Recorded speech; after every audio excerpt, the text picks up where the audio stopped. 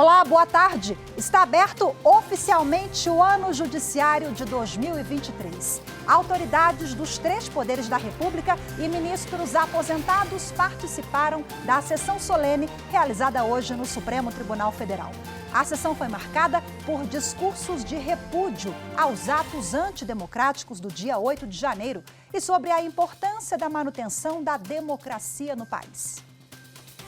Eu sou Rafaela Vivas, o Jornal da Justiça, primeira edição, está no ar com a cobertura da sessão solene de hoje. Vamos aos destaques.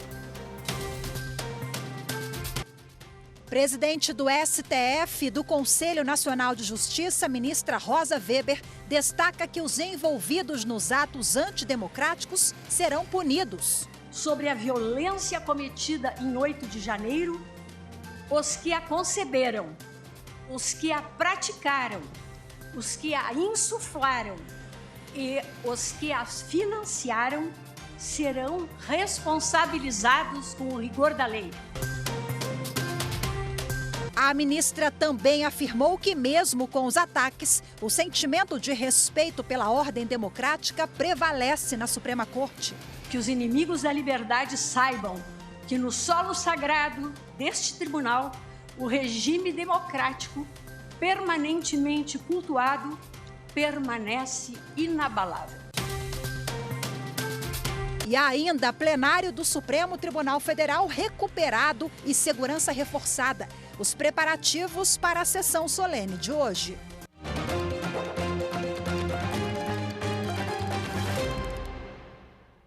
Primeiro de fevereiro, a abertura do ano judiciário. Segurança reforçada na esplanada dos ministérios e no Supremo Tribunal Federal. Retomar os trabalhos depois dos atos antidemocráticos do dia 8 de janeiro é um marco da força da democracia e da recuperação daquele que é o guardião da nossa Constituição Federal, a Suprema Corte. A repórter Evne Araújo acompanha a movimentação no STF desde cedo e agora traz as informações para a gente ao vivo. Olá, Evne, muito boa tarde para você. Oi, Rafaela, boa tarde. Bom, foram 24 dias desde que o prédio do STF foi invadido e vandalizado. 24 dias de trabalhos intensos para que o plenário da Corte fosse reconstituído e capaz de receber os ministros para mais um ano judiciário. Trabalho de muitas pessoas, muitos brasileiros que mostraram que a democracia é realmente inabalável. Naturalmente, diante de tudo isso, a segurança aqui na região da esplanada dos ministérios hoje foi reforçada, até porque hoje também marca o início dos trabalhos no Congresso Nacional. Por aqui, as autoridades já estão indo embora e, no momento, quem dá entrevista ali atrás da gente é o ministro da Justiça e Segurança Pública, Flávio Dino. Bom, eu preparei uma reportagem completa e os detalhes vão ser exibidos logo mais ainda aqui no Jornal da Justiça. Rafaela. Maravilha, Evne. Daqui a pouquinho você acompanha ainda nesta edição a reportagem da Evne Araújo. Muito obrigada pelas informações. Durante o discurso de abertura do ano judiciário, a presidente do Supremo Tribunal Federal, ministra Rosa Weber, ela se emocionou ao falar dos atos de vandalismo que destruíram parte do prédio do STF. A ministra destacou que a ignorância e a violência dos extremistas não conseguiram abalar as convicções daqueles que respeitam a democracia. Segundo Rosa Weber, por mais duro que tenha sido o golpe, a justiça brasileira sai fortalecida e seguirá na missão de defender a Constituição brasileira. Há 3 semanas, o emblemático prédio histórico onde nos encontramos, as instalações do Congresso Nacional e o Palácio do Planalto, sedes dos 3 pilares da democracia brasileira, foram alvo de ataque golpista e ignóbil, dirigido com maior virulência contra esta Suprema Corte. Seguramente porque ela, ao fazer prevalecer em sua atuação jurisdicional a autoridade da Constituição, se contrapõe a toda sorte de pretensões autocráticas. Não destruíram o espírito da democracia.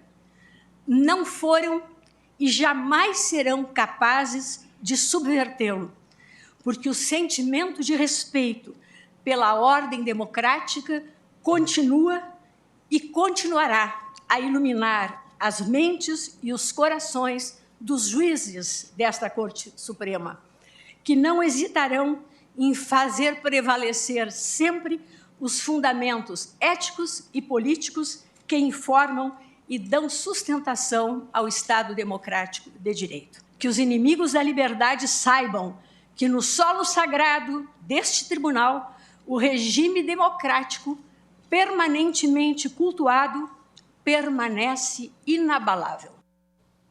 A ministra Rosa Weber também falou da necessidade de dar uma resposta aos ataques criminosos. Ela garantiu que responsáveis serão punidos de acordo com a lei.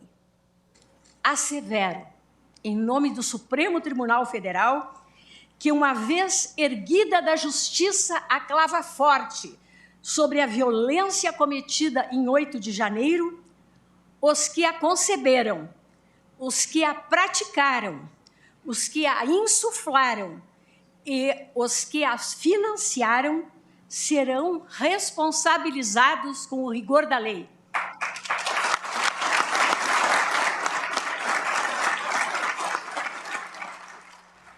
Bom, e ainda nesta edição nós vamos trazer os destaques das falas das demais autoridades que se pronunciaram na sessão solene de abertura do Ano Judiciário 2023. O trabalho de recuperação e restauração do patrimônio físico do Supremo Tribunal Federal, depois dos atos antidemocráticos, é o tema do 4º vídeo da campanha Democracia Inabalada, divulgado hoje na abertura do Ano Judiciário. A campanha é uma iniciativa em resposta ao que aconteceu no dia 8 de janeiro. Vamos conferir.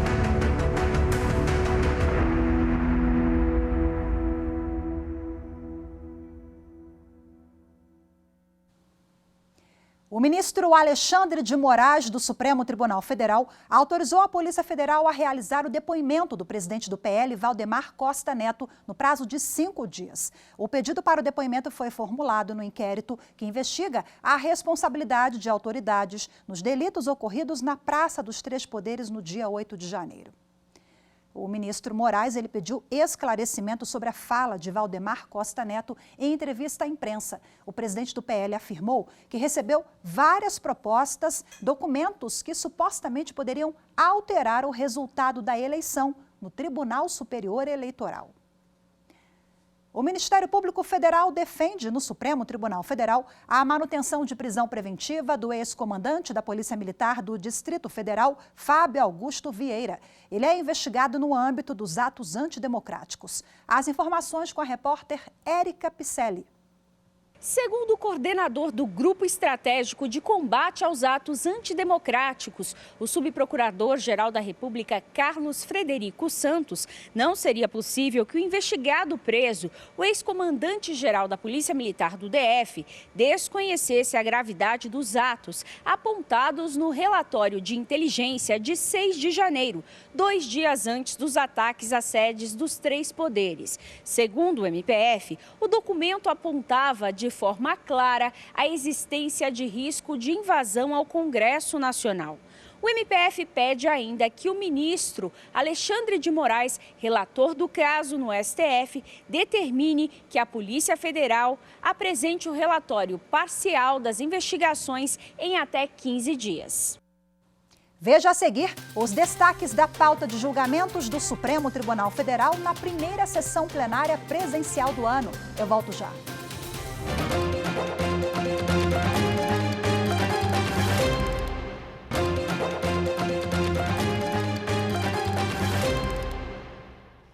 Daqui a pouco será a vez do Superior Tribunal de Justiça realizar a primeira sessão do ano, a abertura do ano judiciário lá naquela corte.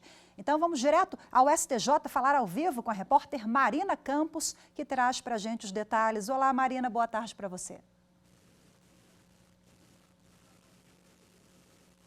Boa tarde, Rafaela. A abertura do ano judiciário aqui no STJ está marcada para as 2 horas da tarde, com uma sessão da Corte Especial, que é composta pelos 15 ministros mais antigos da Corte, incluindo a presidente do STJ, ministra Maria Tereza de Assis Moura. Além da Corte Especial, as 6 turmas do tribunal retomam os trabalhos no dia 7 de fevereiro e já no dia 8 voltam a se reunir as 3 sessões. Com o início do ano forense, os prazos processuais que estavam suspensos voltam a fluir. A sessão da Corte Especial será transmitida ao vivo pelo canal do STJ no YouTube. É com você, Rafaela. Ok, Marina, muito obrigada mais uma vez pelas suas informações. E o Tribunal Superior Eleitoral também realiza hoje, a partir das 7 horas da noite, a sessão de abertura do ano judiciário de 2023 na Justiça Eleitoral. O repórter Fábio Ruas traz os detalhes. A sessão vai ser realizada aqui no plenário do TSE em Brasília e será transmitida ao vivo pelo canal do TSE no YouTube, pela TV e pela Rádio Justiça e também pelo Facebook e pelo Twitter do Tribunal. A pauta de julgamentos da sessão de hoje tem listas tríplices, agravos e tutela cautelar antecedente.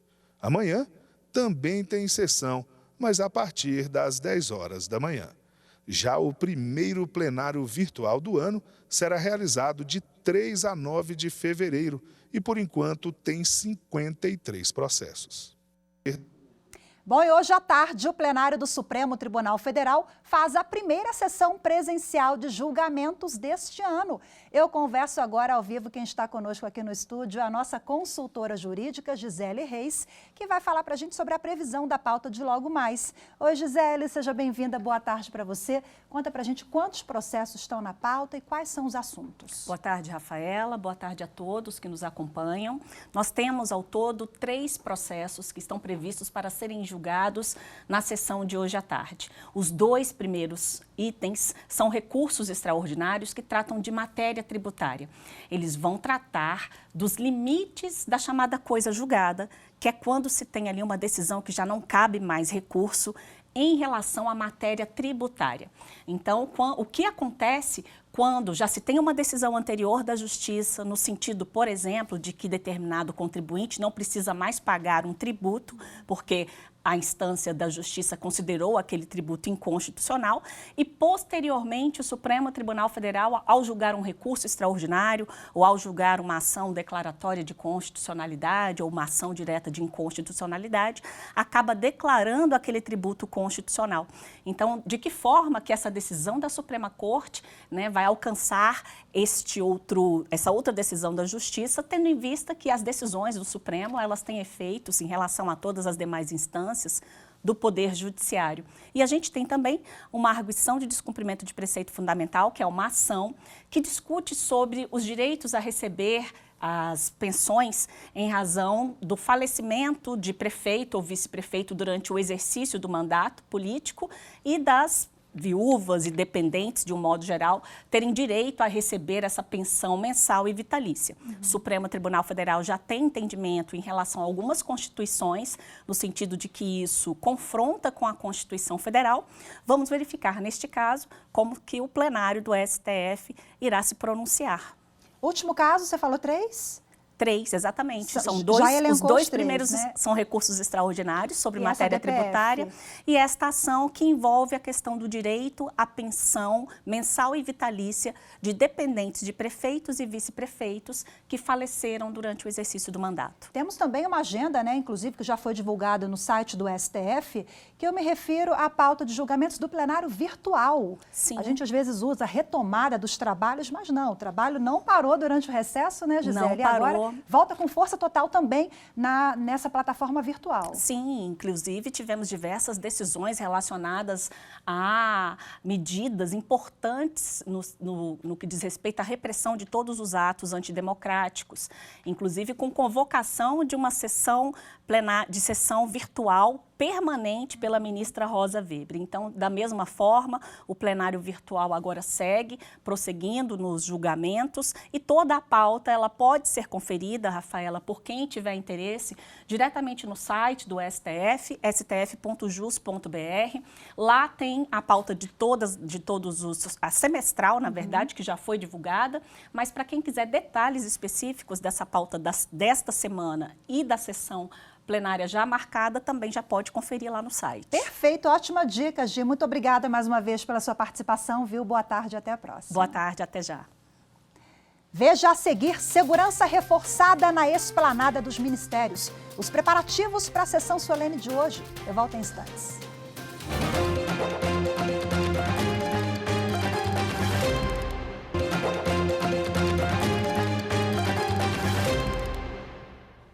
Desde cedo já estava tudo pronto no Supremo Tribunal Federal para a abertura do ano judiciário. Vamos acompanhar agora os preparativos na reportagem de Evne Araújo.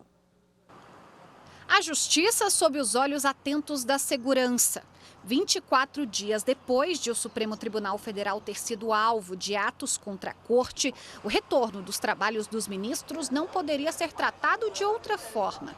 Foi executado um grande plano de segurança. Policiais militares, agentes da Força Nacional e da Polícia Judiciária fizeram a guarda de toda a esplanada dos ministérios. O trânsito na região foi fechado com 24 horas de antecedência da sessão solene. Helicópteros da Polícia Federal sobrevoaram a Praça dos Três Poderes durante toda a manhã. O presidente da República, Luiz Inácio Lula da Silva, chegou acompanhado da primeira-dama, Janja da Silva.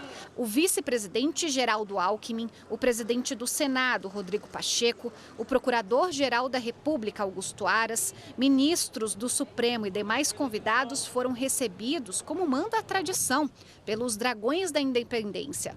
Jornalistas do Brasil e do mundo estiveram presentes na cobertura da cerimônia. Aos convidados, o Supremo distribuiu um encarte com 3 imagens do plenário.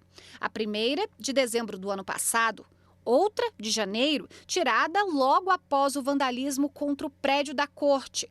E a atual, com o espaço restaurado. O folheto tem ainda uma mensagem da ministra Rosa Weber, que diz: estarmos reunidos neste plenário 3 semanas após os ataques criminosos contra a democracia constitucional é a demonstração de que este Supremo Tribunal Federal e seus ministros jamais serão intimidados na missão precípua da guarda da Constituição. O presidente Luiz Inácio Lula da Silva lembrou a atuação firme do Supremo Tribunal Federal nas decisões em defesa de minorias e da democracia do país. Em discurso durante a solenidade de abertura do ano judiciário, Lula afirmou que os ataques do dia 8 de janeiro não foram espontâneos, mas organizados numa tentativa de sustentar um projeto de poder. O presidente afirmou que é importante manter a harmonia entre os 3 poderes e elogiou a coragem dos ministros do Supremo Tribunal Federal de seguirem na missão de defender a Constituição. Mais do que um plenário reconstruído, o que vejo aqui é o destemor de ministras e ministros na defesa da nossa Carta Magna. vejo a disposição inabalável de trabalhar dia e noite para assegurar que não haja 1 milímetro de recuo em nossa democracia. O povo brasileiro não quer conflitos entre as instituições, não quer agressões, intimidações, nem o silêncio dos poderes constituídos. O povo brasileiro quer e precisa, isto sim, de muito trabalho, dedicação e esforços dos 3 poderes no sentido de reconstruir o Brasil. E o presidente do Senado, o senador Rodrigo Pacheco, também falou da importância de manter a harmonia entre os 3 poderes. Segundo ele, o Legislativo sempre estará à disposição para ajudar o Executivo e o Poder Judiciário a exercerem suas funções constitucionais. Cada poder da República tem o seu papel. O Judiciário julga aquilo que é de sua competência e busca o equilíbrio na aplicação da lei.